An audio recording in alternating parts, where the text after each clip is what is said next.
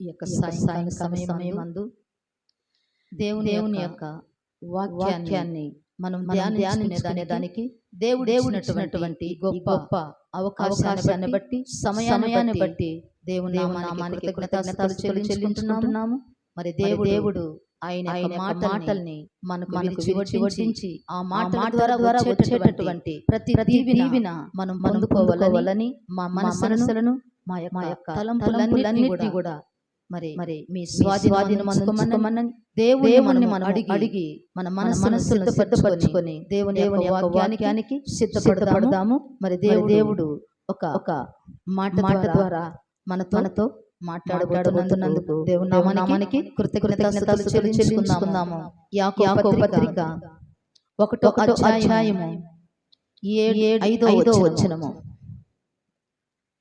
మీలో ఎవనికైనా జ్ఞానము ఎక్కువగా ఉన్న యెడల అతడు దేవుని అడగవలెను, అప్పుడు అది అతనికి అనుగ్రహింపబడును. ఆయన ఎవరిని గద్దింపక అందరికీ ధారాళముగా దయచేవాడు. అయితే అతడు ఏ మాత్రమును సందేహింపక విశ్వాసముతో అడగవలెను. దేవుడు ఈ వాక్యమును దీవించునుగాక. మరి ఎందుకంటే సాయంకాల సమయమందు మరి ఇప్పుడు ఎగ్జామ్ సమయము, పరీక్షల సమయంలో పిల్లలందరూ కూడా ఎంతో టెన్షన్ గా ఎంతో ఆందోళన పడుతుంటారు.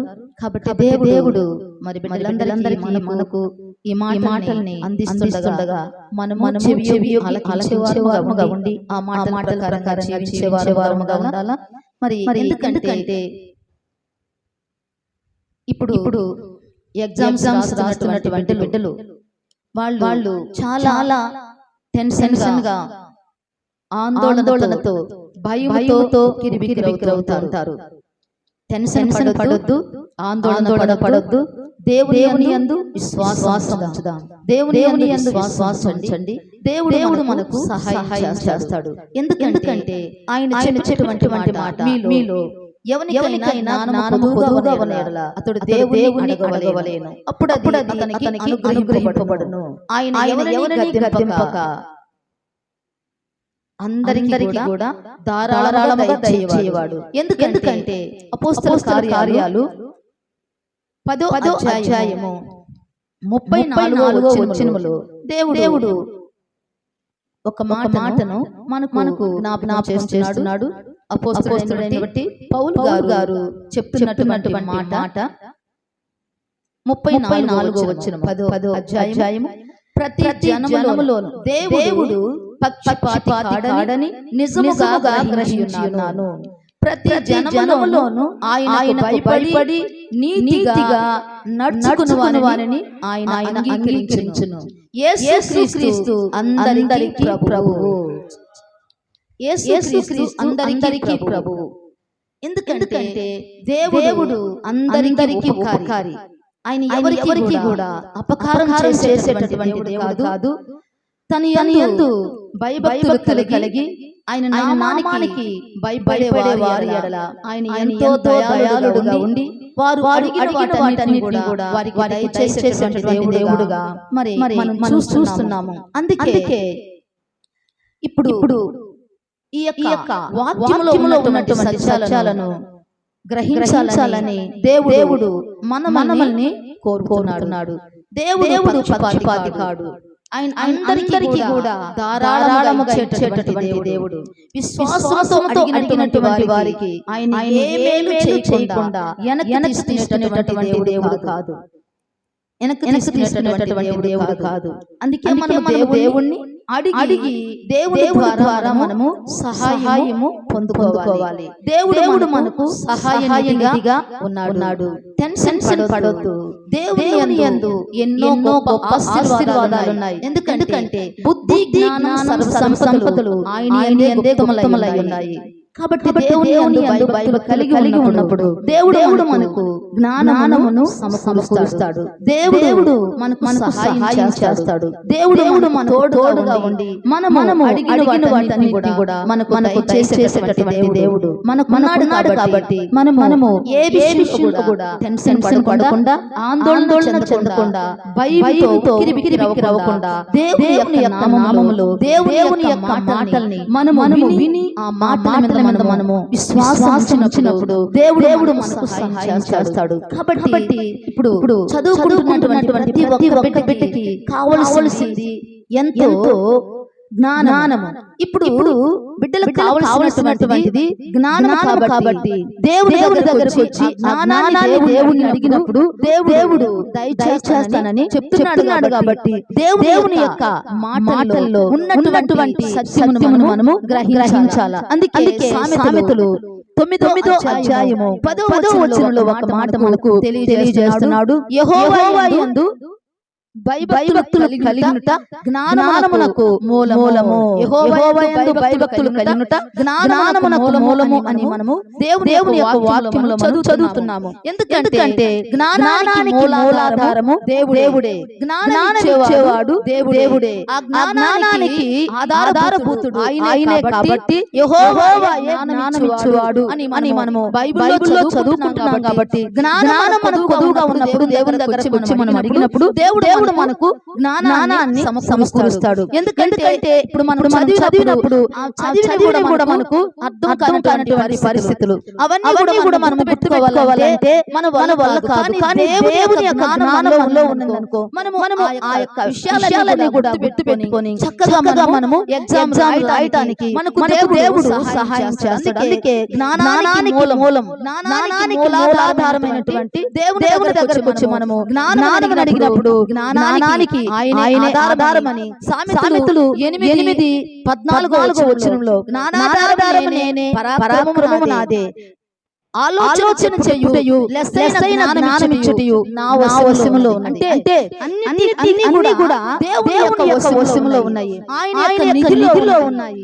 ఆయన యొక్క ధనాగారములో ఉన్నాయి. కాబట్టి అవన్నీ కూడా దేవుని యొక్క స్వాధీనంలో ఉన్నాయి. కాబట్టి దేవుని దగ్గరకు వచ్చి అడిగినప్పుడు దేవుడు మనకు సహాయం చేస్తాడు.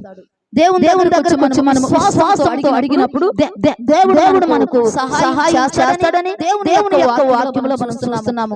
మనం అడిగితే జ్ఞానాన్ని సమృద్ధిగా ఆయన మనకు అనుగ్రహిస్తాడు. జ్ఞానాన్ని మనకు సమృద్ధిగా అనుగ్రహిస్తాడు. ఆ జ్ఞానం అనేది మనకు ఎంతో లాభకరంగా ఉంటుందంట. ఆ జ్ఞానం మనకు లాభకరంగా ఉండి మనల్ని ఎంతో హెచ్చుగా హెచ్చైనటువంటి స్థానములో నిలబెడతాదని దేవుని యొక్క వాక్యములో మనము అదే 9వ అధ్యాయము 12వ వచనంలో చూసినట్లయితే సామెతలు జ్ఞాని అయిన ఎడల నీ జ్ఞానము నీకే లాభమగును. జ్ఞానాన్ని మనం ఎప్పుడైతే అడిగి జ్ఞానాన్ని పొందుకుంటామో ఆ జ్ఞానం అనేది మనకే లాభకరంగా ఉంటుందని దేవుని యొక్క వాక్యములో మనం చూస్తాం. కాబట్టి జ్ఞానం అనేది మనకు లాభాన్ని తీసుకొచ్చి పెడతాది, మంచి ఒచ్చుబడి తీసుకొచ్చి పెడతాది, ఘనతను తీసుకొచ్చిస్తాది, గౌరవాన్ని తీసుకొచ్చిస్తాది, ఒక హెచ్చైనటువంటి హెచ్చింపు స్థానాన్ని మనకి ఇస్తాది, ఒక ఘనత కలిగినటువంటి స్థానములో నిలబెడతాది. కాబట్టి ఆ జ్ఞానాన్ని మనము అడగాల. దేవుని దగ్గరికి వచ్చి మనం జ్ఞానాన్ని అడిగినప్పుడు దేవుడు మనకు ఖచ్చితంగా ఇస్తాడు. ఎందుకంటే నువ్వు అడిగితే నేను ఇస్తానన్నాడు కదా. నీ జ్ఞానం కొదువుగా ఉంటే నన్ను అడుగు, నేను నీకు ఇస్తానన్నాడు కదా. మరి మనకు ఏది కొదువుగా ఉండదు, జ్ఞానం కొదువుగా ఉండదు. మరి ఎలా మనము ఏ యొక్క పరిస్థితిలో మనము ఉక్కిరి బిక్కిరి అవుతున్నామో ఆ యొక్క స్థితిని దేవుని సన్నిధిలో పెట్టినప్పుడు దేవుడు మనకు సహాయం చేస్తాడు. సహాయం చేయడని మనము అనుకోలేము కదా. కాబట్టి మనము జ్ఞానాన్ని సంపాదించుకోవాలా. జ్ఞానం మనకు లాభాన్ని తీసుకొచ్చిందని దేవుడి యొక్క వాక్యములో మరి సామెతలు 4వ అధ్యాయము 7వ వచనంలో చూసినట్లయితే జ్ఞానం సంపాదించుకొనుటయే జ్ఞానమునకు ముఖ్యాంశము. ఎందుకంటే సొలొమోను దేవుని దగ్గరకు వచ్చి తన ధాన్యాలు అడగలేదు, గొప్ప ఐశ్వర్యాన్ని అడగలేదు. కానీ ఆయన అడిగింది ఒకటే, జ్ఞానం, వివేచన. నీ ప్రజలను నేను పరిపాలన చేయాలంటే నాకు జ్ఞానం కావాలి అన్నప్పుడు ఆ జ్ఞానంతో పాటు సర్వ సంపదలు కూడా సొలొమోనుకు దేవుడు అనుగ్రహించినట్లుగా మనం చూస్తున్నాము. అందుకే మనము జ్ఞానాన్ని సంపాదించుకొని ఆ జ్ఞానం ద్వారా వచ్చేటటువంటి లాభాన్ని మనం పొందుకోవాలని దేవుని యొక్క వాక్యములో మనం చూస్తున్నాము. జ్ఞానం సంపాదించుకుంటే జ్ఞానమునకు ముఖ్య అంశము. నీ సంపాదన అంతా ఇచ్చి బుద్ధి సంపాదించుకొనుము.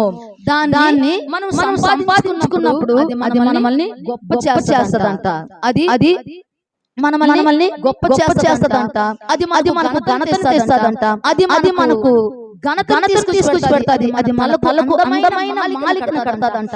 మనకు ప్రకాశమానమైనటువంటి కిరీటాన్ని ధరింపజేస్తదంట. విజయం అనేది మనల్ని వరిస్తదంట. ఆ జ్ఞానం మన దగ్గర ఉన్నప్పుడు మనం ఇతరులను కూడా రక్షించేటటువంటి అనుభవంలోనికి వస్తాము. కాబట్టి ఎవరైనా సరే జ్ఞానము కొదువుగా ఉంటే దేవుని దగ్గరకు వచ్చి అడగాల. దేవుడిని అడిగినప్పుడు దేవుడు స్థానం చెప్పాడు కాబట్టి దేవుడు మాట తప్పుడు ఆయన మాట నెరవేర్చేటటువంటి దేవుడు కాబట్టి ఆయన మాటలను మనం నమ్ముదాము. కాబట్టి ఈనాటి నుండి కూడా దేవుని యందు భయభక్తులు కలిగి ఉండండి. దేవుని యందు భయభక్తులు కలిగి ప్రార్థించండి. దేవుని అనుకోనండి. దేవుని పైన ఆధారపడండి. దేవుడు సహాయం చేస్తాడు. దేవుడు సహాయం చేసినప్పుడు మనకు కూడా మనకు కలుగుతాయి. ఏటిలో కూడా మనము ఎటువంటి ఆందోళన పడకుండా ఎటువంటి భయం అనేది మనం కలిగి ఉండకుండా మనం దేవుడి యందు భయభక్తులు కలిగి ఉంటే ఇవన్నీ కూడా దేవుడు మనకు సహాయంగా అనుగ్రహిస్తాడు. కాబట్టి దేవుని యందు భయభక్తులు కలిగి ఉండండి. ప్రార్థన చేయండి. దేవుడు తోడుగా ఉంటాడు. దేవుడు నీడగా ఉంటాడు.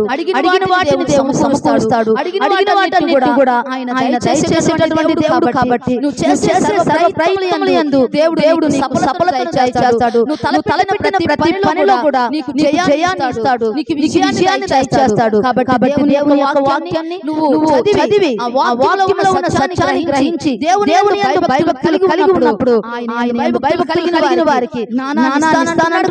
కాబట్టి ఆయన దగ్గర జ్ఞానం ఉంది. ఆయన దగ్గర పరాక్రమం ఉంది. రాజులు అధికారులు మరి ఈ ప్రపంచమంతా కూడా ఆయన జ్ఞానము చేత నడిపించబడుతుంది. కాబట్టి మనకు జ్ఞానం అవసరము. జ్ఞానం లేకుంటే మనం ఏది కూడా చేయలేము. జ్ఞానం చేత ఇల్లు కట్టబడతాది. మన జీవితం కట్టబడతాది. మన భవిష్యత్తు కట్టబడతాది. మన యొక్క స్థితిగతులు మారుతాయి. జ్ఞానాన్ని అడిగి పొందుకో. ఆ జ్ఞానం ద్వారా వచ్చేటటువంటి వచ్చుబడంతా కూడా నువ్వు కలిగి ఉంటావు. నువ్వు ఏ విషయంలో కూడా సిగ్గుపడకుండా దేవుడు తల ఎత్తువాడుగా నీకు ప్రకాశమానమైన కిరీటాన్ని ధరింపజేసేవాడుగా నీ తలకి అందమైన మాలిక కట్టేవాడుగా నిన్ను హెచ్చైన స్థానములో ఉంచేవాడుగా నిన్ను ఘనతకు కారణంగా పెట్టేవాడుగా దేవుడు అన్నాడు. కాబట్టి భయపడొద్దు. ఏ విషయంలో కూడా దిగులు పడొద్దు. నా ప్రియమైనటువంటి యవన బిడ్డలారా మీరు చక్కగా చదవండి. చదువుల్లో మీరు చదువుతున్నటువంటి చదువుల్లో ఎటువంటి ఆందోళన పడకుండా ధైర్యంగా ఉండండి.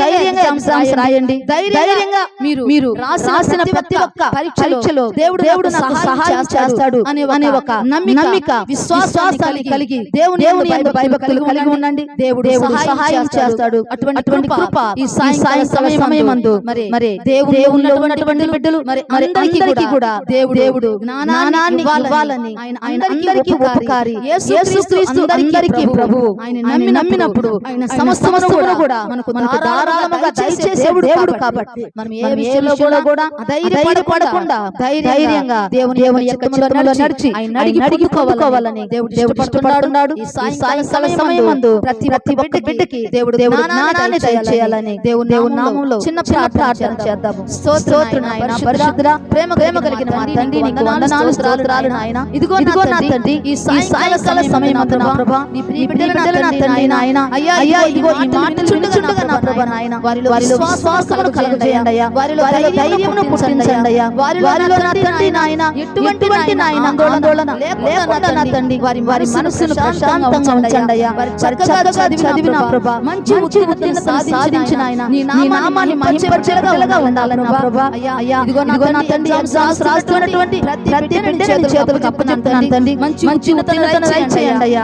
జ్ఞానము కలిగిన కుమారుడు తండ్రిని సంతోషపరుస్తాడు. దేవుని యొక్క వాక్యములో ఉంది కాబట్టి అయ్యా ఎంతో మంది తల్లిదండ్రులు నాయన తమ యొక్క బిడ్డల యొక్క నాయన భవిష్యత్తు కొరకు నా తండ్రి ఎంతో ప్రార్థన నాయన చేస్తుంటారు. ఎంతగానో నా తల్లి బిడ్డల నిమిత్తం నా తండ్రి ఆందోళన పడుతుంటారు. కాబట్టి నా ప్రభా అట్టి తల్లిదండ్రులు కూడా మంచి విశ్వాసమును నమ్మకమును దయచేసి నాయన ప్రార్థన శిక్షణ నాయన ప్రార్థనలో నాయన ప్రతి ఈవిని పొందుకొని ప్రార్థనలో నాయన ప్రతి విషయంలో నాయన పొందుకునే దానికి సహాయం చేయమని నాయన ఈ సాయంకాల సమయమందు నా ప్రభా నీ బిడ్డలందరినీ కూడా నాయన నీ చేతులు చెప్పుకుంటున్నా ప్రభా మీ చిత్తం మీ ఆలోచన తండ్రి ప్రతి ఒక్కరి పట్ల మా పట్ల జరిగించిన ఆయన మీరే మహిమ ఘనత ప్రభావములు తెచ్చుకోమని యేసు నామములో వేడుకొని ప్రార్థిస్తున్నాము తండ్రి. ఆమేన్. Praise lord.